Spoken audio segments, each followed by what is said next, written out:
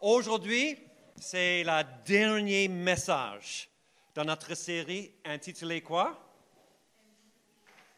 Aime ton prochain.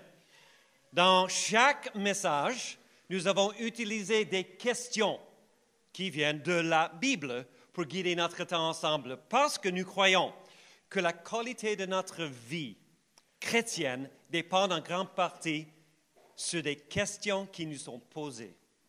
En effet, nous pouvons faire de nos vies un chef-d'œuvre ou un désordre, selon la façon dont nous allons répondre aux grandes questions de Dieu. Laurent a commencé la première question. Vous vous souvenez? C'est une question posée par un expert de la loi, un docteur. Et la question, c'était quoi? Ça va venir bientôt. Drum roll, please. Maître, quel est le plus grand commandement de la loi? Oui. Évidemment, les pharisiens et les sadduciens, des gens dans la Bible qui aimaient la loi, ils adoraient la loi. Ils étaient passionnés de la loi. Et il y en avait des lois. 613 lois dans le Torah. Pas mal, hein? Ils aimaient passer des heures et discuter sur des points de la loi. Par exemple, le sabbat, leur jour de repos. Ils avaient 39 lois, des choses qu'ils ne pouvaient pas faire. Et c'était tellement complexe et tellement extrême parfois que les gens se demandaient « Qu'est-ce qui se passe? Quelle loi c'est plus important que l'autre loi? » Par exemple, le dimanche, vous savez, ils n'étaient pas capables d'allumer un feu ou éteindre un feu. Alors, si on veut manger, qu'est-ce qu'on fait? On fait le jour avant. Savez-vous, ils ne pouvaient pas marcher jusqu'à 3000 feet. C'est quoi en français? À peu près combien de mètres? Pas beaucoup. Ils n'étaient pas permis de marcher loin le dimanche parce que c'était du travail. Ils n'étaient même pas capables de cracher. Voyons donc, c'est compliqué. Et ils avaient toutes sortes de lois incroyables que même pas nouer un nœud, détacher un nœud, etc. Et un docteur vient avec toutes ces lois, qu'ils adorent la loi, passionnés de la loi, et il dit, « Hey Jésus, on aime la loi, on aime toutes les lois, il y en a des lois. Et Jésus, toi, quelle est la loi la plus importante de toutes ces lois-là? » Et j'adore, c'est une bonne question, très bonne question, mais j'adore la réponse. C'est une bonne réponse. Tu aimeras ton Dieu de tout ton cœur, de tout ton être. Et le deuxième, c'est un peu comme ça. Tu aimeras ton prochain comme toi-même. Bonne réponse, n'est-ce pas? Mais ce que Jésus a dit immédiatement après fut un choc pour tout le monde. Jésus eut l'audace maintenant de réduire toutes ces précieuses lois, les 613 lois, incluant toutes les paroles de tous les prophètes, à 2 simples commandements. C'est stupéfiant. Jésus dit essentiellement ceci: tout ce que vous tenez tant à cœur, chaque issue dans votre parcours personnel vers la sainteté, toute votre dévotion à Dieu repose sur 2 idées très simples. Aime Dieu, aime ton prochain comme toi-même. Et selon Laurent, Jésus ici était en train d'instituer la grâce. Toutes les histoires de Jésus, le héros, le fils prodigue, pas le frère aîné responsable, mais celui qui a gâché sa vie. Le mendiant, pas l'homme riche bien habillé. Et cette fois-ci, l'inverse dont nous avons pensé. Le héros de cette histoire est celui qui nous appelons aujourd'hui quoi? Ah, vous n'étiez pas quand Jean a prêché? Le héros était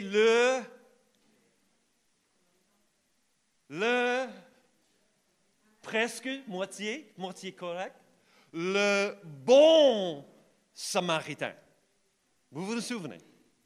Le bon Samaritain, c'est ce qu'on appelle aujourd'hui le bon Samaritain. Parce que ces deux mots-là, bon et Samaritain, sont pour un juif ce qu'on appelle un oxymore. Ah, aujourd'hui j'enseigne le français. Vous savez c'est quoi un oxymore? Un oxymore, c'est deux mots en apparence contradictoires. Parce que pour les Juifs, un bon Samaritain était un Samaritain mort. Ils détestaient tellement ces gens-là qui s'appellent Samaritains. Et ils pensaient qu'il était permis de les haïr. Pourquoi? Parce que Dieu les haïssait. Dieu ne les aimait pas. Alors nous, on ne les aime pas non plus. Mais quand Jésus a raconté cette histoire, il savait exactement ce qu'il faisait en nommant à la toute dernière fin le héros, un Samaritain. Et bien sûr, les grands perdants de cette histoire, c'est qui? Les religieux eux-mêmes, qui étaient tellement occupés à faire des trucs religieux qu'il ne leur est même pas venu à l'esprit de secourir un camarade en grande détresse. Voyons. Ou comme on dit à Québec, voyons donc. Ils ne l'ont pas aidé, le gars battu et laissé pour mort. Le prêtre, le lévitique. Mais c'était un Samaritain, un des gens qu'on n'aime pas. Ah. Pourquoi il ne voulait pas aider le gars qui était blessé? Parce qu'il devait aller à l'église. Il ne faut pas être en retard pour l'église. Pour l'amour de Dieu. Ils ont évité celui qui avait besoin d'aide. Un des leurs. Parce qu'il devait faire des trucs religieux dans l'église. Oh, Peter, qu'est-ce que vous voulez dire avec tout cela? En fait, c'est à se demander si le fait de passer trop de temps dans une église ne nous détourne pas des gens. Ouh, ça c'est fort, hein? Plus on passe du temps dans l'église, moins on a du temps pour les autres en dehors de l'église. Plus on passe du temps dans l'église, plus qu'on va devenir des pharisiens et sadduciens et on connaît plus que tous les autres. C'est dangereux. Ouais. Mais je suis sûr, ce jour-là, ce qui s'est passé dans l'église n'était pas aussi important que ce qui s'est arrivé sur la route avec le Samaritain qui a vu une camarade blessée et il dit, l'église, je vais aider mon frère. Un Samaritain. Wow! Je crois que ce qui enchante le plus Dieu ne se produit pas nécessairement à l'église le dimanche, mais surtout dans votre vie quotidienne du lundi au samedi, au travail, dans les rues, dans les métros, dans les bistrots, dans les cafés, dans nos maisons, dans les voitures, sur la motocyclette. C'est ça ce qui rend Dieu fier de nous. Ce n'est pas la hauteur de la main le dimanche ou combien fort vous chantez une chanson, mais c'est quand vous donnez un coup de main à quelqu'un qui a besoin. Et Dieu dit, ça y est, il comprend l'évangile celui-là. Ah, on revient à notre question, qui est mon prochain? J'étais en train de parler avec quelqu'un dans un café cette semaine. On parlait de cela et j'ai dit, vous vous souvenez de l'histoire de Victor Hugo? Lorsqu'il a écrit le livre Les Misérables, Qui était le héros dans l'histoire? Il dit, ben, c'est la prêtre catholique. Il dit, oui. Mais vous vous souvenez l'arrière-plan de cette histoire? Lorsqu'elle a écrit que le héros était un prêtre catholique, son fils, le fils de Victor, a dit, Papa, voyons, pourquoi choisir un prêtre pour être celui qui démontre la miséricorde? Tu aurais choisi un policier ou un avocat, papa. Et Victor Hugo lui a répondu, j'ai choisi un prêtre, car c'est ainsi que devrait se comporter l'Église. Parce que vous savez, l'Église n'avait pas une bonne image dans ces jours-là. Jésus racontait cette histoire.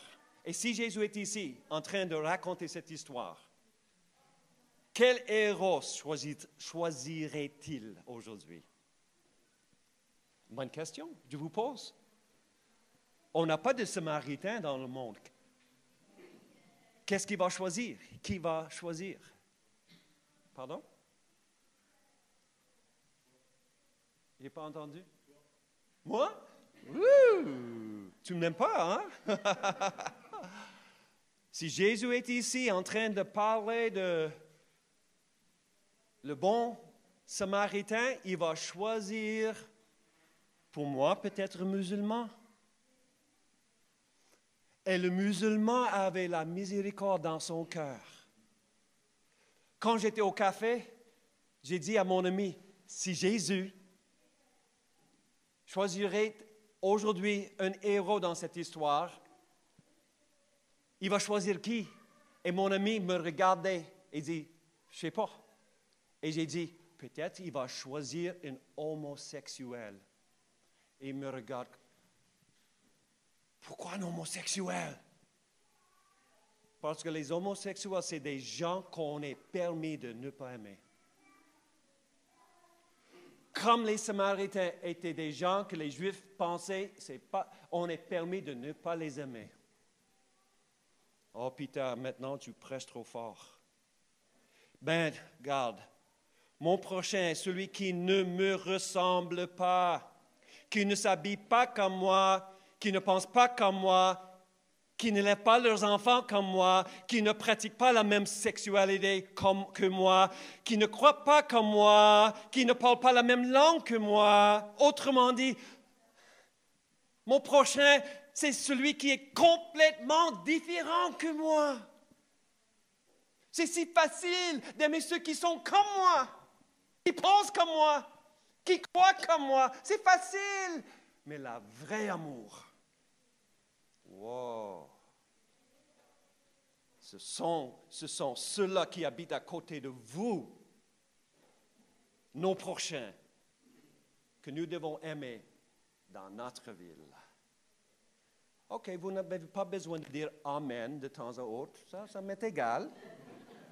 Je sais que vous êtes là, mais ces deux histoires que nous avons abordées nous en disent beaucoup sur la façon dont nous devons vivre nos vies pour la ville, pour Paris, une ville de nombreuses nationalités, de cultures et une longue histoire de discorde.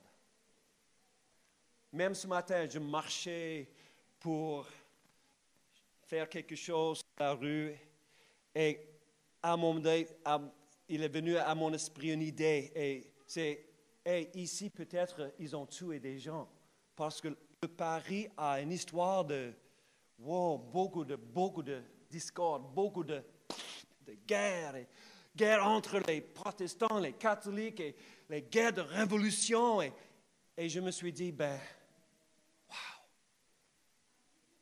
on a des choses à faire, nous, les chrétiens. Alors, le plus grand commandement est d'aimer Dieu avec tout ce que vous avez et d'aimer votre prochain autant que vous-même. Et si ça c'est vrai, si c'est vraiment que ça c'est la chose la plus importante dans notre vie, je vais demander une autre question. À la lumière de ces versets, c'est quoi le pire des péchés?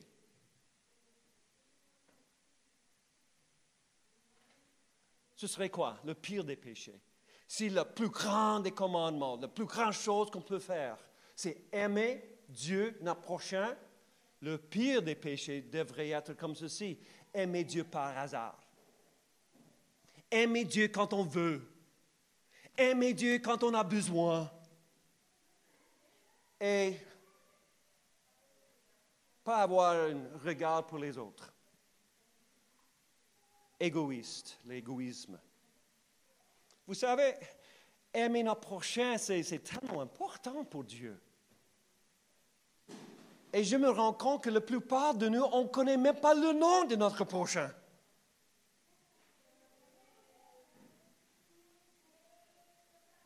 D'accord. Le Seigneur veut que nous ayons un amour vertical. Aime ton Dieu. Mais ce n'est pas assez. Horizontal. Notre prochain.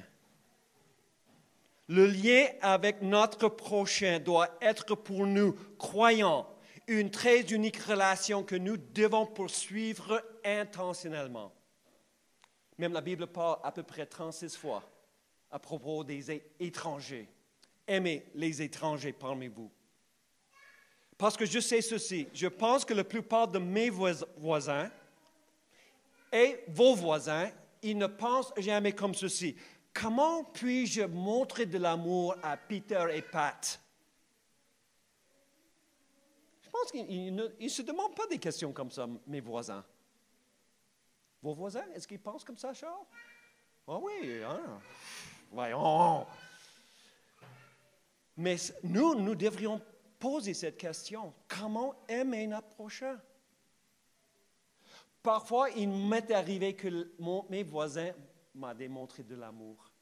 Il y a 2 semaines, j'ai été invité avec ma femme pour manger avec leurs amis, leurs enfants. Et c'était la 2e fois déjà. Et ça m'est arrivé pourquoi? Parce que, on était intéressé à eux avant. Lorsque le tuyau s'est brisé et il y avait de l'eau dans mon appartement pendant 3 semaines sans cesse, tac, tac, tac, tac, et désolé, j'ai dit, pas grave, pas grave. Beaucoup de questions. Heureusement, pas autant que Jésus a demandé dans les 4 évangiles. Parce que Jésus demande à peu près 300 questions dans les 4 évangiles. 300. Quelqu'un a compté 307. Je ne sais pas si c'est vrai, mais beaucoup. Et les gens ont posé à Jésus des questions 183 fois.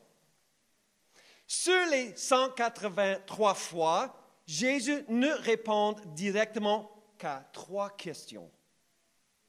3 sur 183. Qu'est-ce que ça veut dire? Une fois, Jésus a répondu une question par une autre question.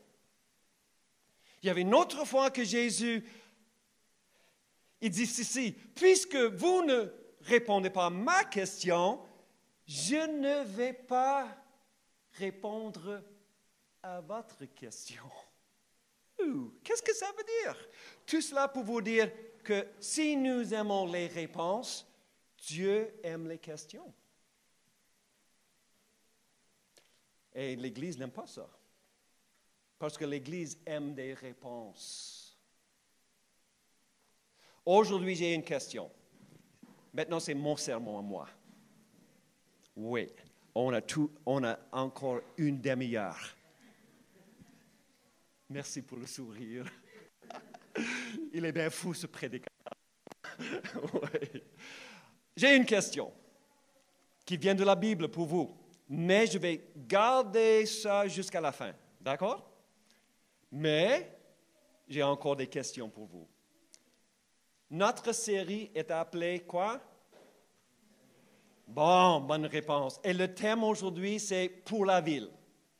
Si vous posez à un non-chrétien la question suivante, quel est le premier mot qui vient à l'esprit quand vous entendez le mot chrétien? Que pensez-vous? Ils vont vous répondre. Pensez à ça pendant que je bois un peu d'eau. La première chose qui va venir à leur esprit quand vous dites, c'est quoi un chrétien? Qu'est-ce qu'ils vont dire?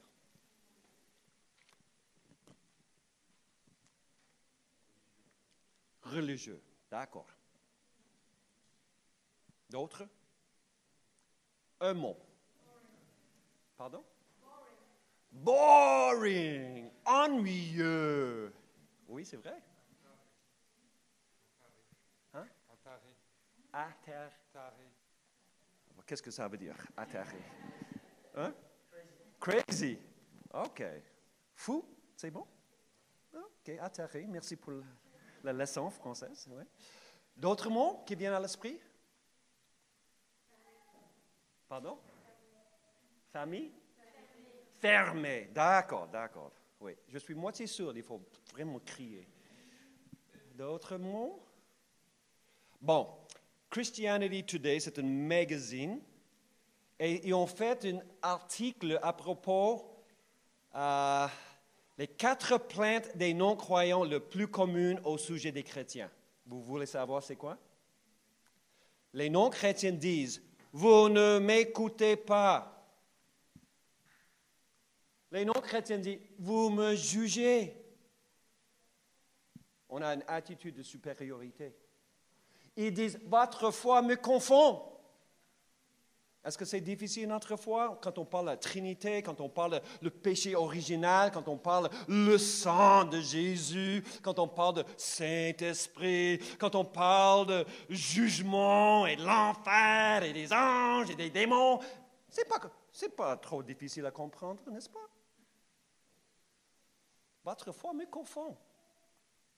Puis, vous parlez de ce qui est mal au lieu de rendre droit à ce qui est mal. Il y avait un autre groupe, des Américains de jeune âge, 16 à 29. Et ils ont dit ceci. Les chrétiens, ensuite, la prochaine slide. Les chrétiens, prochaine slide. Non, ce n'était pas celui-là. Je vais vous dire. Les chrétiens sont anti-homosexualité. 2, hypocrites. 3, trop concentrés sur le nombre de convertis obtenus ou à obtenir. 4, ennuyeux. 5, politique. 6, porter des jugements de valeur. C'est malheureusement le stéréotype, n'est-ce pas, des chrétiens évangéliques. Le résultat de ces enquêtes démontre que les chrétiens manquent quoi? On manque d'amour. Voyons donc, qu'est-ce qui se passe? Jésus dit, ils vont vous connaître quand ils voient quoi? Oui. Notre image s'est détériorée. La grande question alors, quoi faire? Quoi faire? Si la perception négative des non-chrétiens envers nous est vraie, est-ce que cela devrait nous concerner? Si c'est vrai. Ben oui, merci Naomi. Oui, ça devrait nous concerner. L'Église a perdu son influence. Comment pouvons-nous guider nos amis non-croyants vers la beauté de Jésus et la bonne nouvelle? Malgré tout ce qu'ils pensent de nous, ou malgré le fait que la société française dit que l'Église a une très mauvaise image. Je n'ai pas dit très mauvaise. Charles a ajouté très mauvaise. Moi, je pense une mauvaise image, mais peut-être très mauvaise image. Qu'est-ce que vous en pensez? Que faut-il faire pour que les non-croyants comprennent que Dieu est amour, qu'il les aime intensément? Et le meilleur exemple est de revenir à l'époque de Jésus. Durant le jour de Jésus, le peuple d'Israël en avait assez de la religion. Ils étaient refroidis par la religion. L'histoire nous dit que chaque fois qu'un prophète a essayé de les ramener à Dieu, le peuple n'a pas voulu écouter. Ils en avaient tellement marre qu'ils ont simplement quoi? Tué les prophètes. Alors, la dernière chose que Dieu voulait faire à ce moment-là, c'était de leur envoyer encore de prophètes pour prêcher plus intensément. Moi, j'ai remarqué, peu importe quelle époque que vous vivez, les gens ne peuvent pas supporter les prédications. Si on pouvait sauver le monde en prêchant, on l'aurait déjà fait il y a des centaines et des centaines d'années. Ah, la prédication. C'est ce que je fais maintenant. Ce n'est pas la prédication qui va sauver, qui va changer le monde. Vous savez, quand l'Europe a découvert les Amériques, les missionnaires sont venus après pour répandre la bonne nouvelle de l'Évangile. Mais malheureusement, et c'est vrai, malheureusement, parfois ils l'ont fait par force. Ils ont même enchaîné les Amérindiens au banc de l'Église pour que les Indiens écoutent l'Évangile. Est-ce que ça a aidé? Nope. Nope. Pas en tout. Comme on dit à Québec. Pas en tout. Ça n'a pas aidé. Et peut-être c'est le temps de nous regarder dans le miroir, nous les chrétiens, car notre capacité à changer le monde ou même une seule personne est directement liée à la façon dont nous aimons les uns les autres et nos voisins. Quand le judaïsme a échoué de démontrer le vrai visage de Dieu, ils ont déformé Dieu.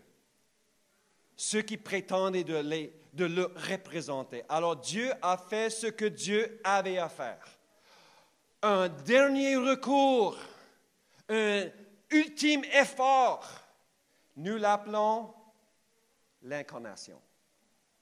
Emmanuel, Dieu avec nous.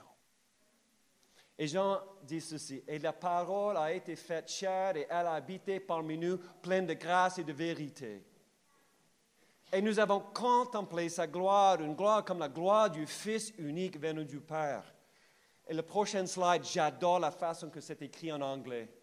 En anglais, the word became flesh and blood and moved into the neighborhood. Je l'ai traduit comme ceci. La parole est devenue chair et sang et elle a déménagé dans notre quartier. De nos yeux, nous avons vu sa gloire, l'ultime gloire, celle du Père qui a envoyé le Fils. Tel Père, tel Fils, généreux tant à l'intérieur qu'à l'extérieur, plein de vérité du début à la fin. Dieu n'a pas envoyé un prophète. Il vint lui-même. Il a été fait chair. Il n'est pas venu comme Dieu tout-puissant. Il est venu comme un bébé vulnérable.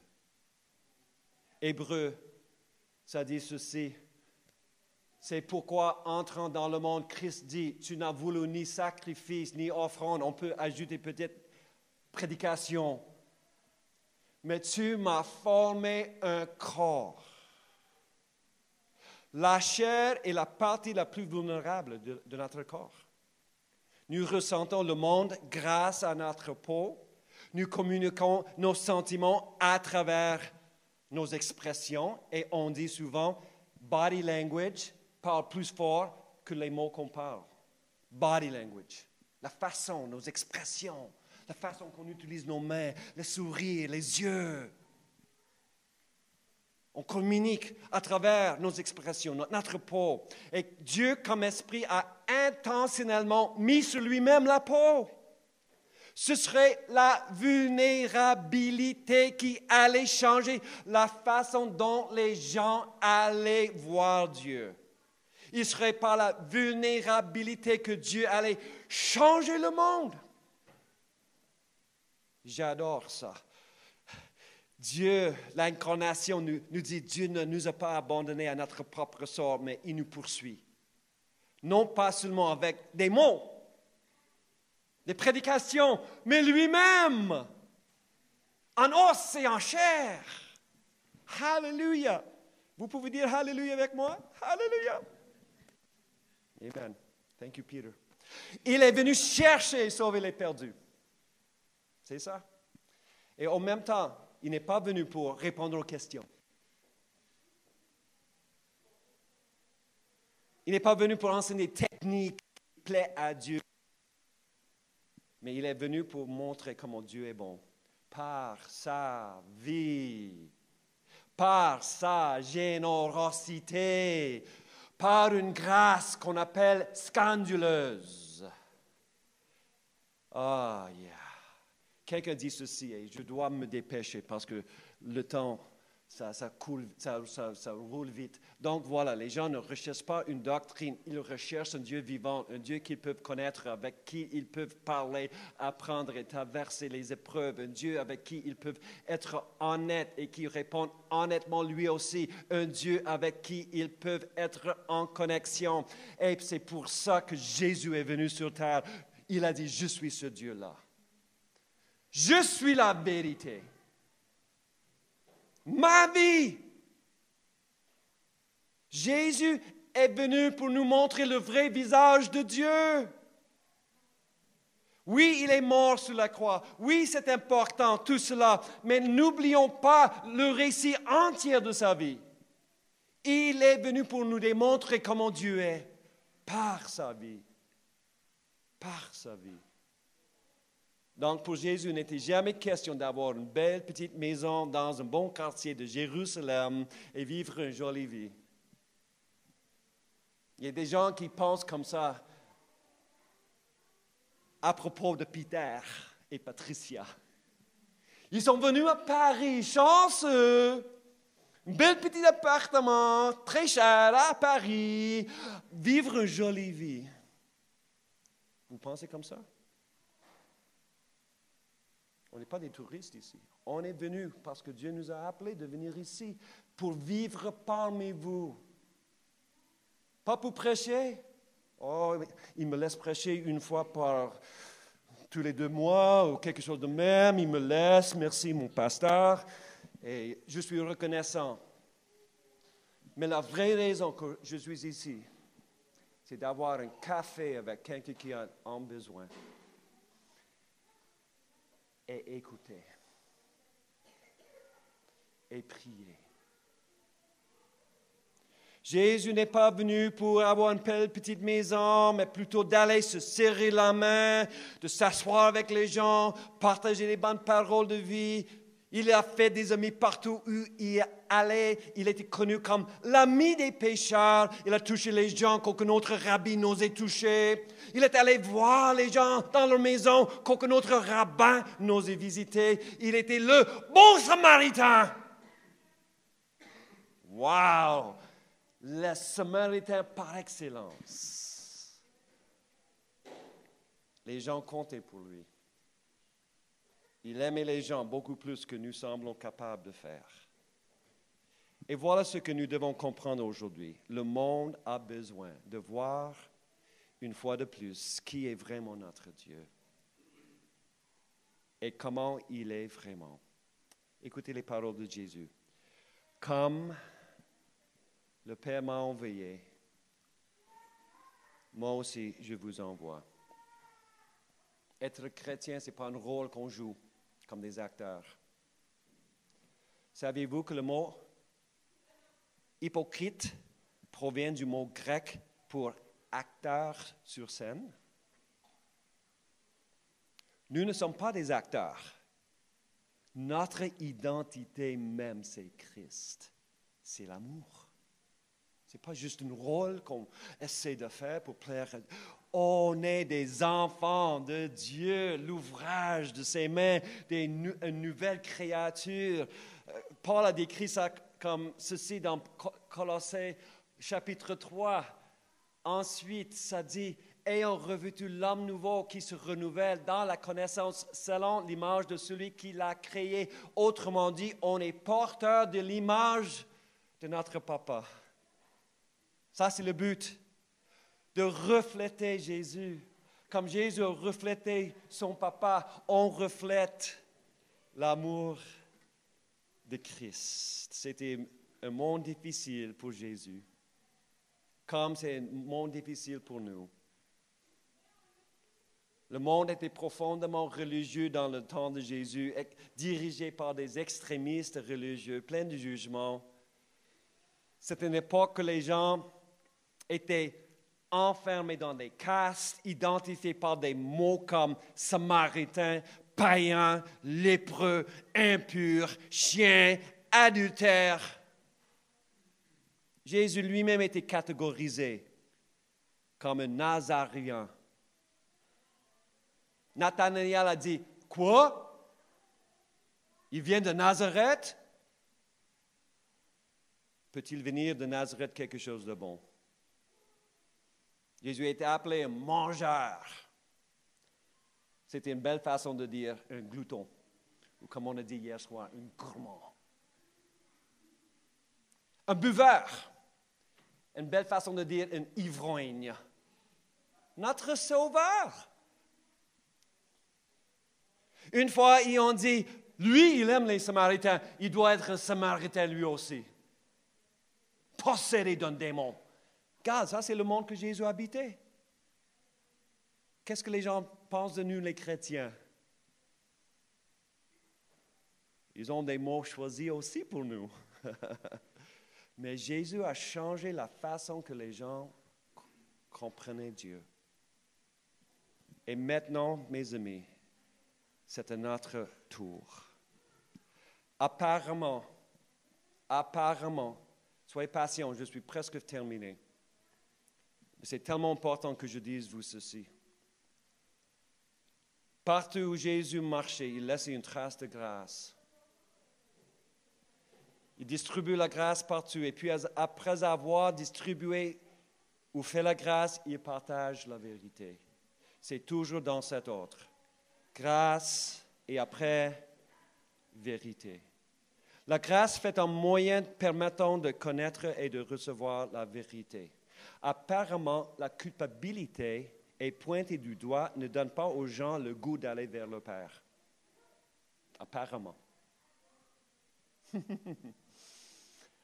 Apparemment, si je traite mes enfants en disant les mauvaises choses qu'ils font toujours, leur manquement, leur faiblesse, ma relation avec eux va être nulle. Apparemment, ça ne marche pas, même avec nos propres enfants. Et on le fait avec le monde parfois. Wow, les maudits païens. Philippe Yancey a dit ceci, bien que la grâce de Dieu demeure infinie dans mon pays divisé, il semble être en voie de disparition, la grâce. Le danger aujourd'hui, c'est qu'on accepte la grâce de Dieu en théorie, mais notre manière d'agir dit tout le contraire. Église Impulsion, sommes-nous un peuple plein de grâce?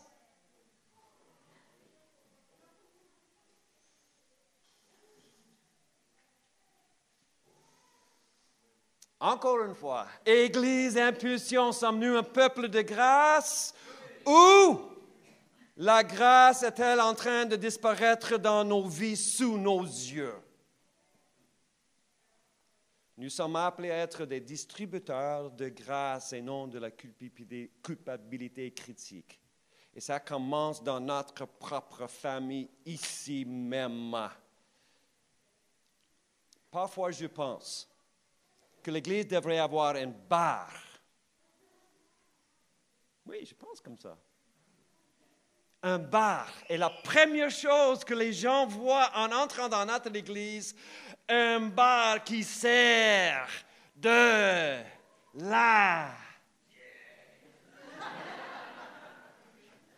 Non. De la grâce. Pétillante. Riche. Meilleure que les Belges. La grâce. Je crois qu'il devrait y avoir un flux éternel de la grâce douce, pétillante.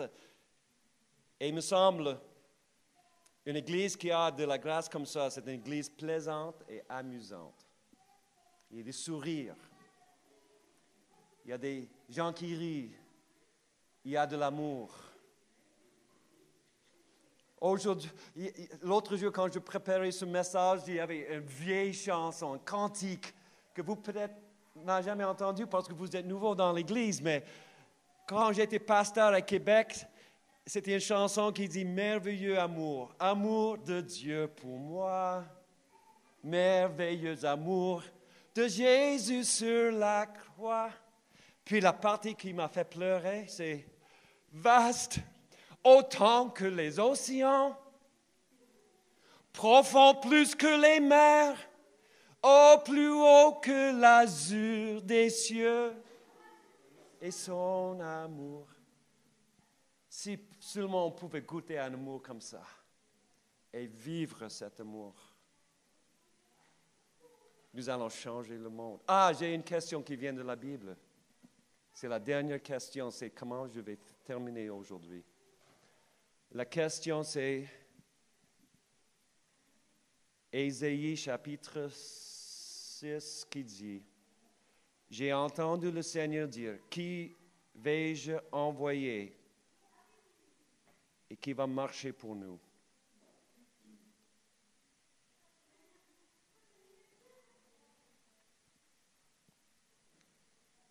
Isabelle, pouvez-vous terminer avec quelques beaux chants de louange? Si Jésus était ici, et Jésus nous demande cette question, qui vais-je envoyer et qui va marcher pour nous? Que diriez-vous? Baissez les lumières aussi. Je pense qu'on va juste créer une atmosphère de... On veut se voir dans le miroir aujourd'hui, vraiment. On veut se voir dans le miroir.